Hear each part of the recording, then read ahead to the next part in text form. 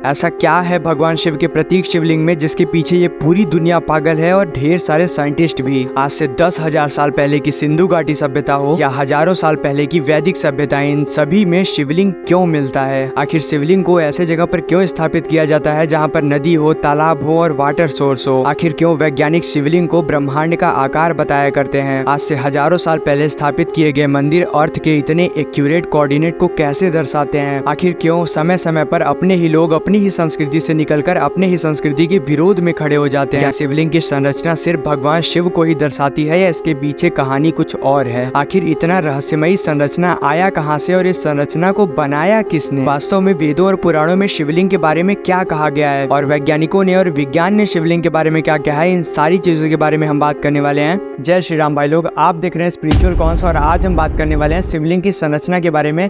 तो हर बार की तरह सबसे पहले हम समझेंगे कि वेदों और पुराणों में शिवलिंग की आकृति और संरचना के बारे में क्या कहा गया है, और फिर हम ये समझेंगे कि वैज्ञानिकों ने शिवलिंग की आकृति और संरचना के बारे में क्या बताया है और इसे वैज्ञानिक दृष्टिकोण से समझने का कोशिश करेंगे। तो आज का हमारा पहला टॉपिक होने वाला है कि शिवलिंग की ये प्रत्यक्ष संरचना अस्तित्व में कैसे आई।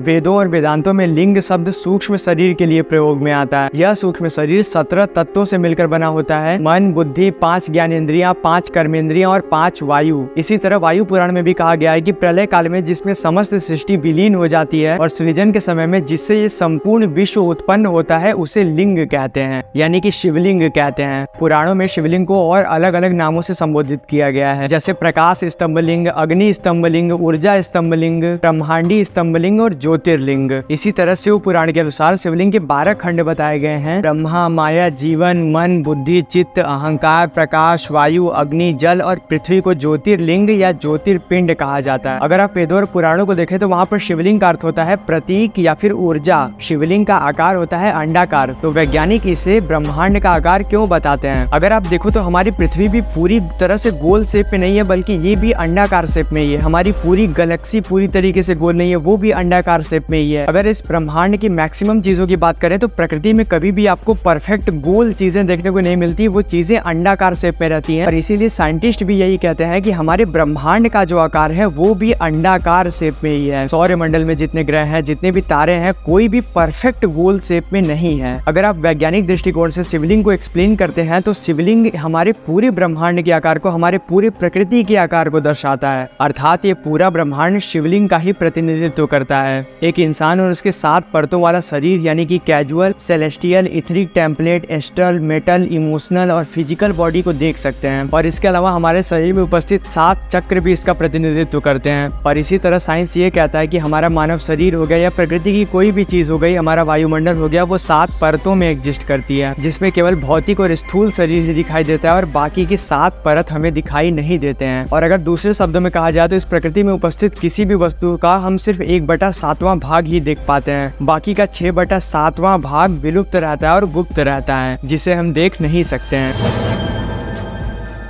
मुंबई में उपस्थित भाभा एटॉमिक रिसर्च सेंटर के न्यूक्लियर रिएक्टर को देखेंगे तो आपको काफी हद तक शिवलिंग में समानताएं नजर आएंगी। दोनों की संरचनाएं भी एक जैसी हैं और दोनों कहीं न कहीं ऊर्जा से संबंधित हैं। नियम ये कहता है कि शिवलिंग पर लगातार जल प्रवाहित होता रहना चाहिए और हमारे जितने भी ज्योतिर्लिंग है और जितने भी शिव मंदिर हैं वो कहीं न कहीं किसी न किसी नदी या फिर किसी न किसी वाटर सोर्स के पास बनाए गए हैं। दुनिया के जितने भी न्यूक्लियर प्लांट्स हैं वो सारे किसी न किसी नदी या फिर किसी समुद्र के पास बनाए गए हैं। न्यूक्लियर रिएक्टर को ठंडा करने के लिए जिस पानी का उपयोग किया जाता है उसे दोबारा किसी प्रयोग में नहीं लाया जाता है। ठीक उसी तरह अगर शिवलिंग पर हम जल चढ़ाते हैं तो उसे प्रसाद के रूप में नहीं लिया जाता है। अगर आपको पता हो तो आप जानते हैं कि शिवलिंग की कभी भी पूरी परिक्रमा नहीं की जाती है और जहाँ से जल निष्कासित होता है उस स्थान को लांघा नहीं जाता है। साइंस के अकॉर्डिंग शिवलिंग से निकला हुआ जल आवेशित होता है, यानी कि उस पर चार्ज होता है। जैसे न्यूक्लियर रिएक्टर हमें ऊर्जा देता है तो उसे ठंडा करने की जरूरत होती है, उसी प्रकार शिवलिंग ऊर्जा का स्रोत है जो इस पूरे ब्रह्मांड को ऊर्जा देता रहता है और यहाँ तक कि शिवलिंग में से भी ऊर्जा निकलती रहती है। इसीलिए शिवलिंग पे जल चढ़ाने की मान्यता है ताकि शिवलिंग को और भगवान शिव को शीतलता प्रदान किया जा सके। वैज्ञानिक ये मानते हैं कि शिवलिंग भी एक ऊर्जा का स्रोत होता है जिससे लगातार ऊर्जा निकलती रहती है और वो एक ऐसी कॉस्मिक एनर्जी के फॉर्म में होती है जिसे आज का विज्ञान कभी भी डिटेक्ट नहीं कर सकता है। वैज्ञानिक सोच से पता चलता है कि धतूरे में और बेलपत्र में रेडियो विकिरण को रोकने की सबसे ज्यादा क्षमता होती है और शिवलिंग के रेडियो एक्टिव होने के कारण ये सारी चीजें भगवान शिव को चढ़ाई जाती हैं। ऐसा माना जाता है कि सोमनाथ के मंदिर के शिवलिंग में हमारे पूर्वजों ने स्यामंतक नाम का एक पत्थर छुपा कर रखा था जो कि रेडियो एक्टिव था।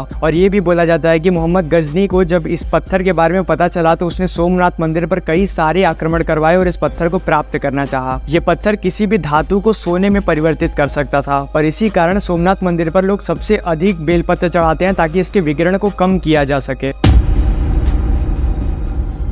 हम अपने रियल लाइफ में भी देख सकते हैं, अगर कहीं पर स्पार्क होता है या अचानक से कोई ऊर्जा निकलती है तो वो एक सर्कुलर फॉर्म ले लेती है, यानी कि अगर आप देखें तो एक थोड़े ही समय के लिए वो एक शिवलिंग का आकार ले लेती है और थोड़े ही समय के लिए वो शिवलिंग जैसी आकृति ले लेता है। इसीलिए शिवलिंग को ऊर्जा और ब्रह्मांड का आकार बताया जाता है। एटम बम के समय जो एनर्जी निकलती है वो भी शिवलिंग का आकार ले लेती है।